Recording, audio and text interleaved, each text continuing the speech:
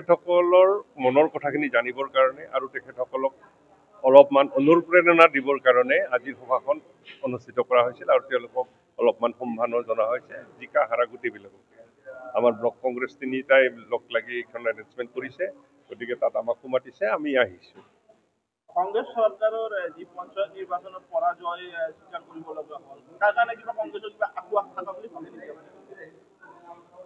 পঞ্চায়ত নিৰ্বাচনত কি ক'লে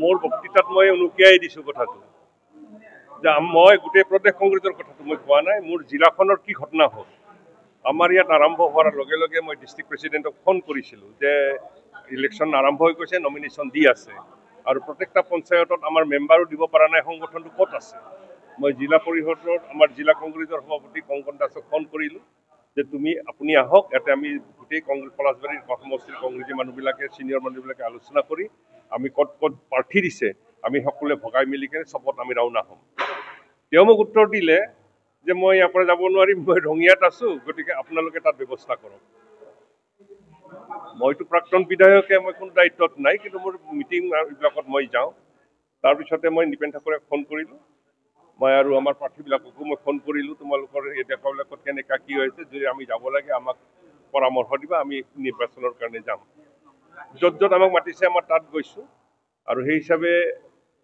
8-9খন মিটিং আমি এটেণ্ড কৰিছিলোঁ তাৰ ভিতৰত 2জন কাউন্সিলাৰ জিকিছে আৰু 18টা নে 20টা আমাৰ সদস্য জিকি আহিছে গতিকে এই ক্ষেত্ৰত আমাৰ সাংগঠনিক দিশটো ডিষ্ট্ৰিক্ট কংগ্ৰেছেহে আমাক পৰিচালনা কৰে ডিষ্ট্ৰিক্ট কংগ্ৰেছৰ যিজন কেপ্টেইনটোক মই প্ৰেচিডেণ্ট বুলি ক'ম প্ৰেচিডেণ্টৰ একেবাৰে দুৰ্বলতাৰ কাৰণে আমি কামৰূপ ডিষ্ট্ৰিক্টত আমি হাৰিছোঁ আমি জিকিব লগা কেণ্ডিডেট আমাৰ পলাশবাৰীতে আমি জিকিব লগা কেণ্ডিডেট আমি হাৰি গৈছোঁ আৰু পলাশবাৰীত আমি এটেম্প কৰিছিলোঁ যে আমি 3টা ZPC পামেই আৰু সেই ZPC কেইটা আপোনালোকে নিজেই জানি কোন কোন কিন্তু আমাৰ সাংগঠনিক দুৰ্বলতাৰ কাৰণে ডিষ্ট্ৰিক্ট কংগ্ৰেছৰ কোনো ধৰণৰ যোগাযোগ নথকাৰ কাৰণে আমি ইয়াত হাৰিব লগা হ'ল গতিকে আমি সেইটো পৰাজয়টো আমি স্বীকাৰ মানিব লাগিব কাৰণ ভোটাৰসকলে নাজানিলে ক'ত ভোট দিব লাগিল তেওঁলোকে এতিয়া এখন চৰকাৰ আছে বিজেপি চৰকাৰ মিছলীয়া চৰকাৰ এখন মই আৰু বিশেষ নকওঁ আগতে মই বহুত ক'লোঁ মই মোদীকো ভণ্ড বুলি কৈছোঁ কাৰণ এইকাৰণে মই ভণ্ড বুলি কৈছিলোঁ আৰু এতিয়াও ক'ম তেওঁ আহিয়ে 15 লাখ টকা দিয়া কথা আছিল গৰীব জনসাধাৰণৰ হেৰিত একাউণ্টত তাৰপিছত কৰিলে তেওঁ বছৰে 2 কোটি চাকৰি দিব নিবনুৱাসকলক সেইসকল নিবনুৱা কোন যিসকল নিবনুৱাই IS পায় যিবিলাকে IFS পাইছে যিবিলাকে IRS পাইছে যিবিলাকে BA MA পাছ কৰি বহি আছে সেইবিলাক যুৱকক শিক্ষিত নিবনুৱাসকলক তেওঁ ভণ্ডামি দেখাই আছে দ্বিতীয়তে আৰু বহুত তেনেকুৱা ধৰণৰ কথা আছে আৰু অসমৰ মুখ্যমন্ত্ৰী নিজেই ডাকি তেওঁ আকৌ অন্যক ডাক লগাবৰ কাৰণে চেষ্টা কৰি আছে তাৰ বিষয়ে মোৰ ক'বৰ কাৰণে ইচ্ছা নাই কাৰণ মই তৰুণ গগৈৰ মুখ্যমন্ত্ৰী থাকোঁতে তেখেতক ময়েই পেপাৰত দিছিলোঁ হেমন্ত হাদাওক কংগ্ৰেছ বচাও আজি সেই ব্যক্তিজনে নিজৰ পিঠিত দাঙিব নোৱাৰা বোজা এটা লৈ আছে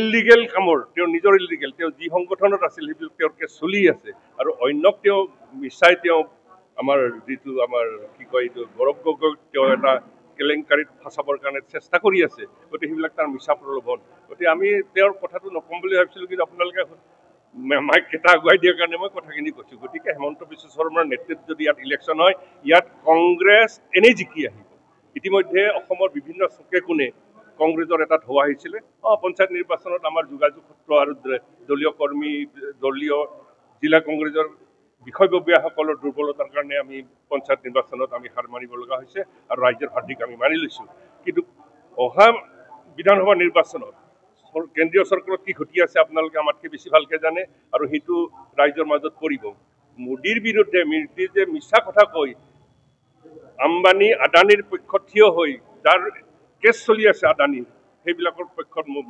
প্ৰধানমন্ত্ৰী থিয় হৈ আছে। গতিকে অসমৰ বুলি নহয়, গোটেই ভাৰতবৰ্ষৰ মানুহে চকু দি আছে। আৰু তেওঁৰ আপোনালোকে ৰাতি ৰাতি ইউটিউবত দেখি পায় দেশৰ প্ৰধানমন্ত্ৰীজনক ইমান বেয়া শব্দৰে ব্যৱহাৰ কৰে শিক্ষিত নিবনুৱাসকলে। গতিকে তেওঁৰ প্ৰধানমন্ত্ৰী হৈ থকাৰ কোনো যোগ্যতা নাই। আৰু অসমৰ মুখ্যমন্ত্ৰী তেওঁ অধিবক্তাও হয়, তেওঁ পঢ়া শুনাও হয়। তেওঁ যদি ভালকে কাম কৰিলে হয়, তেওঁক নতুন ছাত্ৰবিলাকে আজিৰ ছাত্ৰবিলাকে তেওঁক মামা মামাও সম্বোধন ধৰিছিলে। কিন্তু নিজৰ পুৰণা কেছবিলাকক তেওঁ নিজৰ চৰিত্ৰৰ কাৰণে, নিজৰ ব্যৱহাৰৰ কাৰণে তেওঁ নিজকে উদুগাই দি ফুৰিছে। মই যে অসমৰ এজন কলংকিত মুখ্যমন্ত্ৰী তেওঁ নিজে জনাই আছে। তেওঁ সেইটো যদি ভাল কৰ্ম কৰিলে হয় বা তেওঁ যদি নতুনকৈ এটা সমজুৱা ৰাইজে একচেপ্ট কৰা ব্যৱস্থা গ্ৰহণ কৰি যদি ৰাইজৰ কাম কৰিলে হয়, গতিকে তেওঁ হয়তো পপুলাৰ হ'লে। কিন্তু ডিছপপুলাৰ তেওঁ নিজে মাতি আনিছে। গতিকে সেইকাৰণে হেমন্ত বিশ্ব শৰ্মাৰ কথা মোৰ বিশেষ নকওঁ। তেওঁ এজন কলংকিত অধ্যায়ৰ মুখ্যমন্ত্ৰী হৈ আছে আৰু তেওঁৰ নেতৃত্বত ইলেকশ্যন হ'লে কংগ্ৰেছ এনেই ওলাই যাব। কংগ্ৰেছৰ ভিতৰত চলাত যুৱ কংগ্ৰেছ আৰু জ্যেষ্ঠ কংগ্ৰেছৰ মুখামুখি নাইতো হোৱা কথা। যুৱ কংগ্ৰেছ ডেকা ল'ৰা, ছাত্ৰ কংগ্ৰেছ আনুষ্ঠানিকভাৱে শিক্ষা গ্ৰহণ কৰি থাকে। গতিকে কিবা এটা শুনিলে কিবা এটা ক'বই। উত্তেজনা নহয়, তেওঁলোকৰ মনৰ এটা ক্ষোভ সংগঠনকাৰীসকলক জনাইছে। এইটো এটা ক্ষোভ থাকিবই, প্ৰত্যেকতে থাকে। কাৰণ দলীয় ডিচিপ্লিনটো আমি শিকাব পৰা নাই। সেইকাৰণে মোৰ ভাষণত মই আগতেই কৈছোঁ যে কংগ্ৰেছৰ জ্যেষ্ঠ কংগ্ৰেছ, মহিলা কংগ্ৰেছ, যুৱ কংগ্ৰেছ, ছাত্ৰ কংগ্ৰেছৰ ইউনিট এটা আছে। সেই ইউনিটেত আমি কাম কৰিব লাগিব। আপোনালোকে জানিব, মই যেতিয়া কলেজত আছিলোঁ 71ত, তেতিয়া ছাত্ৰ কংগ্ৰেছ ইন্দিৰা গান্ধীয়ে খুলিছিলে। আৰু তেতিয়া প্ৰথমতে মই ছেক্ৰেটাৰীও আছিলোঁ তেতিয়া। তাৰপিছতে আহি 8 বছৰ পিছত ইন্দিৰা গান্ধীক দলৰ পৰা বহিষ্কাৰ কৰিলে 77-78। মই ডেটটো কৈ দিছোঁ অথনি যে কংগ্ৰেছে গঠন কৰিলে। তেতিয়া ইয়াৰে আমাৰ শিক্ষামন্ত্ৰী আছিলে হৰেন্দ্ৰনাথ তালুকদাৰ দেৱ, উমৰ আবাহত আমাৰ লগত আছিলে। তেতিয়া ইয়াৰ পৰা আমি দিল্লী গৈছিলোঁ 29জন মানুহ। আৰু তেতিয়া ইন্দিৰা গান্ধীয়ে কংগ্ৰেছৰ নেতৃত্ব দিছিলে কংগ্ৰেছ আই হিচাপে। তাৰপিছত 80টা ইলেকশ্যন হ'ল, ইন্দিৰা গান্ধী বিপুল ভোটত আমাৰ MP বিলাক জিকাই আনিলে, তেওঁ প্ৰধানমন্ত্ৰী হ'ল। তাৰপিছত 83ত ইয়াত মানে ৰাষ্ট্ৰপতি শাসন 2বাৰ হৈ গৈছে, 3বাৰ দিব নোৱাৰে, এমেণ্ড নকৰিলে। মই মিটিঙত অথনি ক'লোঁ যে বাজপেয়ী অপজিশ্যন লিডাৰ আছিলে, তেওঁতো অসমৰ আন্দোলনটো সমৰ্থন কৰি থৈ গৈছে। গতিকে মেডামে সুধিছিলে যে আপুনি মোক সহায় কৰক, অসমত নিৰ্বাচন পাতিব। গম পাইছে যে আজি পলাশবাৰী সমষ্টিৰ গোটেইকেইটা ব্লকৰ গোটেই 4টা ব্লকৰ নেতৃত্বত আজি আপোনাৰ এক সম্বোধন অনুষ্ঠান ৰখা হৈছে আৰু আমাৰ পৰ্যালোচনা সভা ৰখা হৈছে। তাত সুন্দৰভাৱে আমি আলোচনা কৰিছোঁ যে কেনেকৈ আমি আজি আপোনালোকে জানে যে আজি কংগ্ৰেছক পলাশবাৰী সমষ্টিয়ে কি ধৰণে সহায় কৰিছে। ৰাইজে যথেষ্টখিনি আশীৰ্বাদ দিছে। আজি প্ৰায় 45,000 পৰা 50,000 ভোট আমাক দিছে পঞ্চায়ত নিৰ্বাচনত। এই যি 50,000 মান যি ভোট দিছে ৰাইজে, এই ভোটখিনি আমি কেনেকৈ ৰাখিব, কেনেকৈ ভৱিষ্যতে আমি এই ভোটখিনিৰ জৰিয়তে কেনেকৈ আমি অহা 26 চনৰ নিৰ্বাচনত যিটো আমি বিধানসভা নিৰ্বাচন কেনেকৈ আমি আৰু 50ৰ ঠাইত আমি 90,000 কৰিব পাৰোঁ, তাক লৈ আমি বিশ্লেষণ কৰিছোঁ, আলোচনা কৰিছোঁ। আৰু ৰাইজে যেতিয়া আমাক মৰম দিছে, সুন্দৰ মৰম দিছে। ৰাইজে দিয়া ভোটখিনি আমি ৰাইজক আমি কেনেকৈ বিপদ আপদ সুখে দুখে প্ৰতিটা ক্ষণত আমি ৰাইজৰ লগত থাকিম বুলি আমি কথা দিছোঁ। আৰু এতিয়া আমি জনসম্পৰ্ক কেনেকৈ বৰ্তাই ৰাখিব লাগে, পলাশবাৰী সমষ্টিৰ ৰাইজৰ লগত আমি কেনেকৈ জনসম্পৰ্ক বৰ্তাই ৰাখিব লাগে, এই ক্ষেত্ৰত আমি বিশ্লেষণ আলোচনা কৰিছোঁ। এই আলোচনাত প্ৰতিজন ব্যক্তিৰ সহায় সহযোগ বিচাৰিছোঁ, প্ৰতিজন ব্যক্তিৰ মতামত পাইছোঁ। আমি কংগ্ৰেছ দলৰ অতি শক্তিশালী হৈছে আগতকৈ, আপোনালোকে নিজে গম পাইছে। ৰামপুৰ ব্লকত আজি আপোনালোকে নিজে গম পাইছে যে বিধায়ক আছে। আজি বিজেপি ডাঙৰ নেতাখিনি ৰামপুৰ ব্লকতে আছে। এই নেতাখিনি আচলতে এতিয়া আমাৰ যি নিৰ্বাচনৰ যিটো ৰিজাল্ট, এই ৰিজাল্টটো তেওঁলোকে মানি ল'ব পৰা নাই। আচলতে তেওঁলোকৰ যিটো ভোটৰ ব্যৱধান, যোৱাটো লোকসভা নিৰ্বাচনত যিটো আমাৰ ভোট বৃদ্ধি হৈছে পলাশবাৰী সমষ্টিত, সেই ভোট বৃদ্ধি হোৱাৰ পিছত আজি আপোনাৰ পঞ্চায়ত নিৰ্বাচনত যেনেকৈ ভোট বৃদ্ধি হৈছে, এই ক্ষেত্ৰত আপোনাৰ মানে আমাৰ তেওঁলোকে মানি ল'ব পৰা নাই যে ইমান আমি থকাৰ পিছত, আমি এই ব্লকটোত থকাৰ পিছত, আমি এই সমষ্টিত কাম কৰি থকাৰ পিছত আজি কেনেকৈ হঠাৎ এনেকৈ আকস্মিকভাৱে হঠাৎ ইমান ভোট বৃদ্ধি হ'ল। ৰাইজে বেয়া পাইছে।